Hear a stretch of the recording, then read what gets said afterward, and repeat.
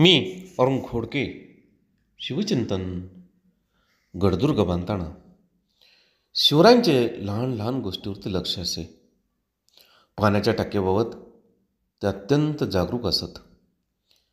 सिंधुदुर्गाचे बांधकाम चालू असताना हिरो जिंदुलकरांना पाठवलेल्या पत्रामध्ये त्यांनी लिहिले होते की गोडे पाणी हाताशी बहुत, पाण्याच्या ठावापासी टाक्या बांधून त्यात वाळूट साठवणे, गोड्या पाण्यामध्ये 4-2दा भिजू देणे, खारटटाण धुतले जाईल ती धुतलेली वापरणे.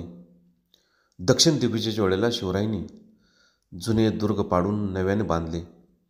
याचे वर्णन करताना जेस्विट याने प्रवास वर्णन लिहिले. त्यामध्ये इसवी सन 1677 तो लिहितो की पाश्चात्यांच्या पद्धतीचे अवलंबन करून शिवरायांनी मोठे खडक फोडले, तलाव बनवले.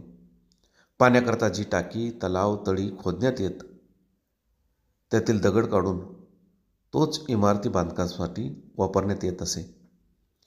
पण केवळ तेवढ्याच दगडावरती बांधकाम भागत नसे. थोड्या प्रमाणात दगड मिळे टाक्यातील दगड काढून तटबंदीसाठी वापरीत. यासंबंधी हरिश्चंद्र गडाविषयी काही कागदपत्रामध्ये उल्लेख सापडतो तो असा: किल्ले हरिश्चंद्रास गडीचा तट ढासळ आहे, त्यास दगड जवळ मिळत नाही.